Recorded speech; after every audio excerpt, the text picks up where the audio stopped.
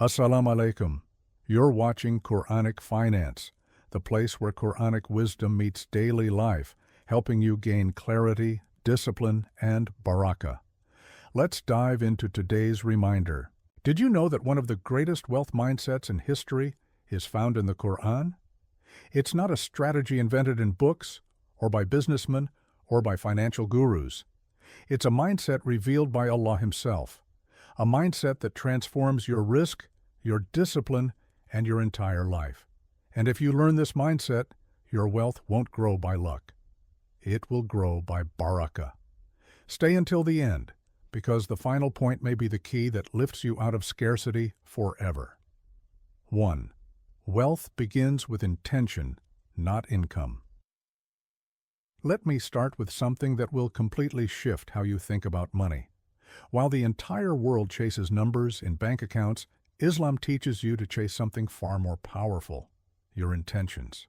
Most people live their lives backwards. They say, when I have more money, then I'll be generous. When I get that promotion, then I'll help my family. When my business succeeds, then I'll give to charity. But Allah teaches us the exact opposite. He says in the Qur'an, actions are judged by intentions. Listen carefully to this truth. Barakah does not follow money. Barakah follows niyyah. Think about this for a moment. You could have $1 million in your account, but if your intention is corrupt, if your heart is filled with greed, pride, or selfishness, Allah will remove the barakah from that wealth. You'll find yourself constantly anxious, never satisfied, always chasing more, and somehow that money will slip through your fingers in ways you never expected. But a person who earns even a modest income with pure intentions, intending to provide for their family with dignity, intending to help others, intending to use their wealth as a tool for good, this person will find that their money stretches further, brings more peace, and opens doors they never imagined. The Prophet Muhammad, peace be upon him, said, "Verily, actions are only with intentions. Verily, every person will have only what they intended." A pure intention brings more risk than a high salary ever will. When your heart is aligned with Allah's pleasure, when your goals serve not just yourself but the broader community, when you see money as a trust rather than a trophy, that's when Allah begins to multiply your efforts in ways that defy all logic. 2. Gratitude is the engine of increase. Now, here's where most people get wealth completely wrong. They spend their entire lives begging for more while completely ignoring the key Allah already gave them. In Surah Ibrahim verse 7, Allah makes a promise that is so clear, so direct, so powerful, that it should revolutionize how every Muslim approaches wealth. If you are grateful, I will surely increase you. Read that again. If you are grateful, I will surely increase you. This isn't a suggestion. This isn't a maybe. This is Allah, the creator of the heavens and the earth, making a direct promise to you. Increase doesn't start with hard work, though hard work is important. It doesn't start with connections, though connections can help. Increase starts with shukr, with gratitude. But here's what most people don't understand. Shukr is not just an emotion. It's not just saying thank you when something good happens. Shukr is a complete mindset that fundamentally changes how you see everything in your life. When you develop true gratitude, you start to see abundance where others see scarcity. You recognize the blessings you already have instead of constantly focusing on what you lack. You appreciate the health that allows you to work, the mind that allows you to think, the opportunities that surround you every day. The ungrateful person chases wealth like a man running after his own shadow. The faster he runs, the faster it moves away from him. But the grateful person attracts wealth because they've learned to see value in what Allah has already provided. When you are truly grateful for the $10 in your pocket, Allah will trust you with 100. When you are grateful for the 100, He will trust you with 1,000. But if you're ungrateful for the little you have, why would Allah increase it? The grateful mind becomes a magnet for Allah's blessings, because gratitude is the language that heaven understands. If this message is opening your eyes to a completely new way of thinking about wealth, Subscribe to this channel and type Barakah in the comments so the algorithm knows you want more Quran-based financial wisdom. Because the more Muslims we can reach with these timeless principles, the more Barakah we can spread together throughout our ummah. 3.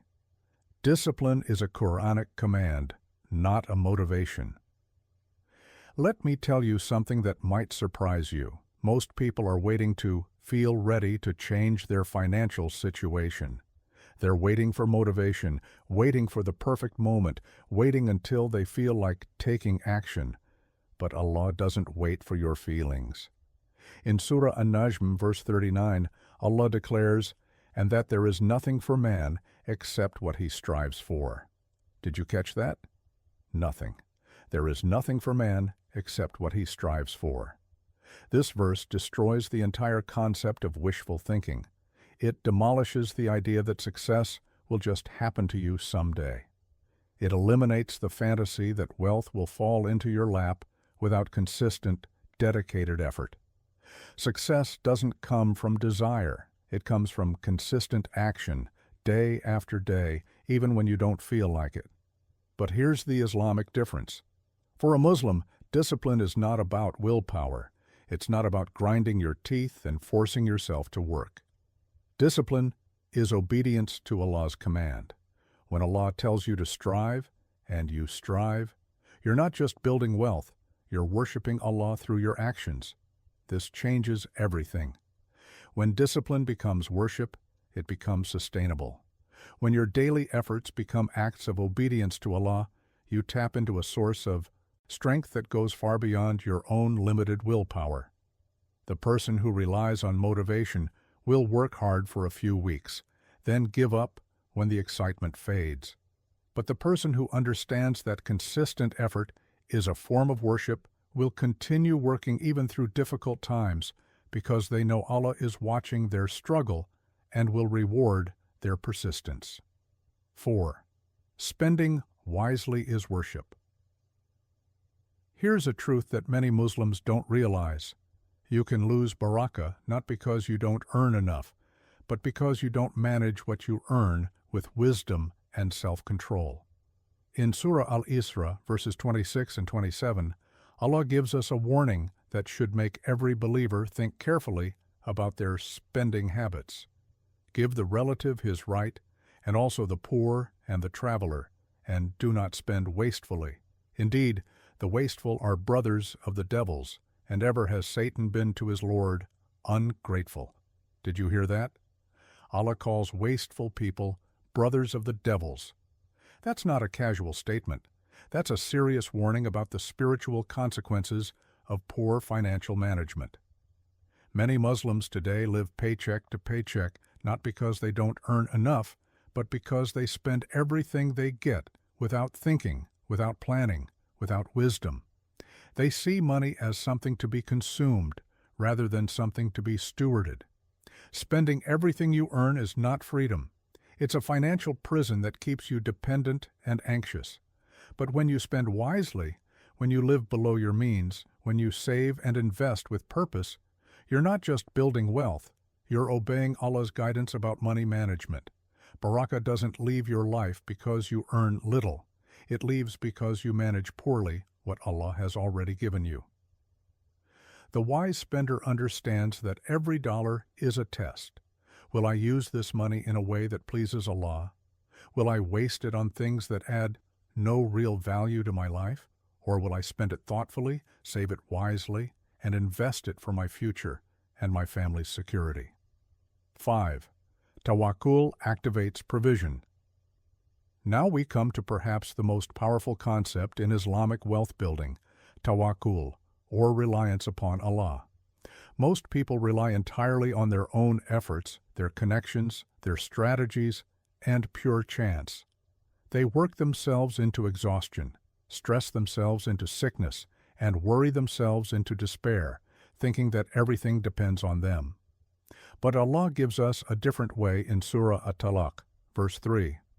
And whoever relies upon Allah, then He is sufficient for him. Indeed, Allah will accomplish His purpose. Let me be very clear about what tawakkul means, because many people misunderstand it. Tawakkul is not passivity. It's not sitting at home and waiting for money to appear. Tawakkul is taking all the right actions, making all the right efforts, but ultimately placing your trust in Allah's wisdom and timing. Tawakkul is a mindset of calm strength. It's knowing that after you've done everything you can do, the results are in Allah's hands. It's understanding that Allah's timing is perfect, even when it doesn't align with your own timeline. When you develop true tawakkul, something miraculous happens. Doors begin to open that effort alone could never open. Opportunities appear from directions you never expected. People enter your life who want to help you for reasons they can't even explain. Resources become available in ways that seem almost like coincidences, but you know they're signs of Allah's providence. On the other hand, when you rely entirely on yourself, you struggle even when you have abundance. You're constantly worried about losing what you have. You can't enjoy your success because you're always anxious about the future. But the person with tawakkul works hard, plans wisely, and then sleeps peacefully, knowing that Allah is the ultimate provider and protector. 6. Your wealth is a test, not a status symbol. Here's something that might completely change how you see money. The Qur'an constantly reminds us that wealth is not a privilege or a sign of Allah's special favor. Wealth is a test of your character, your humility, your sense of responsibility, and your obedience to Allah. In Surah Al-Anfal, verse 28, Allah says, "Know that your wealth and your children are but a trial, and that Allah has with Him a great reward." This means that Allah doesn't look at the size of your bank account as a measure of your success. He looks at the wisdom of your management. He examines how you earned your money, how you spend it, how you save it, and how you use it to benefit others. True Islamic wealth is never measured by what you have accumulated, but by how you use what Allah has entrusted to you. The poor man who shares his last piece of bread with a hungry neighbor may be wealthier in Allah's sight than the millionaire who hoards his money and ignores the suffering around him. This perspective liberates you from the endless competition that consumes so many people. You stop measuring your worth by comparing your possessions to others. Instead, you focus on being a faithful steward of whatever Allah has placed under your care. 7. Barakah arrives when the heart is pure. Here's the secret that most people miss. Allah doesn't increase money for everyone who asks for it. He increases only what will benefit you and not destroy you. Many people pray for more wealth, but their hearts are not ready for it. They're still driven by pride, greed, impatience, or dishonesty. If Allah were to give them more money in that state, it would only increase their sins and distance them further from His guidance. Barakah comes to hearts that are humble, honest, patient, and sincere. Allah does not bless the hands that cheat, lie, steal, or harm others. He blesses the hands that give generously, build something beneficial, help those in need, and obey His commandments. When you purify your intentions, when you conduct your business with honesty, when you treat people fairly, when you remember Allah in your financial dealings, when you give charity regularly, that's when Allah begins to place barakah in your wealth. And here's what's beautiful about barakah. It's not just about the amount of money you have. Barakah is Allah's presence in whatever you own. A small amount of money with barakah will accomplish more, last longer, and bring more satisfaction than a large amount without barakah. 8. Your wealth is shaped by your mindset. As we conclude, I want you to understand this fundamental truth. Your wealth is not determined by the economy, though the economy has some influence. It's not determined solely by your job, though your work matters. It's not even determined entirely by your circumstances, though circumstances play a role. Your wealth is primarily shaped by your mindset, specifically the Quranic mindset that Allah has given us as a guide for all aspects of life, including money. This is a mindset built on pure intentions that seek Allah's pleasure above personal gain. It's built on gratitude that recognizes and appreciates Allah's countless blessings. It's built on discipline that sees consistent effort as worship and obedience. It's built on tawakkul that combines intelligent action with complete trust in Allah's wisdom. And it's built on the understanding that money is a trust and a test, not a trophy or a source of pride. When you change your mindset from the world's approach to money to Allah's approach to money, something extraordinary happens. Allah begins to change your rizq in ways you never expected. Because here's the ultimate truth. Wealth without barakah becomes a burden that weighs down your soul, creates endless anxiety, and distances you from what truly matters in life. But wealth with barakah becomes a blessing that brings peace to your heart, security to your family, and the ability to make a positive impact in the world around you. The choice is yours.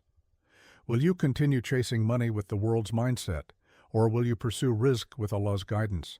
Will you seek wealth that might satisfy you temporarily, or will you build wealth that carries Allah's barakah and brings you closer to His pleasure? Change your mindset according to the Qur'an and watch as Allah changes your rizq in ways you never imagined possible.